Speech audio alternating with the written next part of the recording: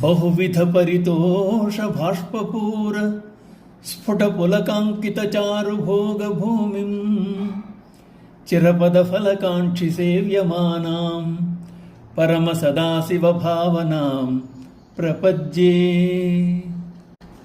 ఆనంద బాష్ప ప్రవాహమునకు స్పష్టమైన పులకాంకిత రూప భక్తి చిహ్నమునకు రమ్యమైన భోగస్థానమై శాశ్వత కైలాస స్థానమును ఫలమును కాంక్షించు వారిచే సేవింపబడినది సర్వోత్కృష్టమైన సదాశివ ధ్యానమును శరణుజొచ్చుచున్నాను. పరమేశ్వర భావనను మించింది లేదు, అదే శాశ్వతమైంది. కళ్ళ నుండి ఆనంద భాష్పములు వెలువడడం, హృదయం పులకించడం అనేవి భక్తికి చిహ్నాలు. భక్తి పారవస్యం కలిగినప్పుడు తన ప్రమేయం అన్నది లేకుండా ఇవి ప్రకటితమవుతూ ఉంటాయి.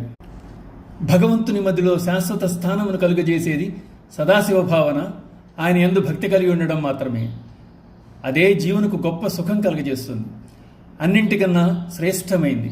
ఆ కారణంగా ఈశ్వర ధ్యానాన్ని శరణు వేయడమంటున్నారు శంకరాచార్యుల వారు.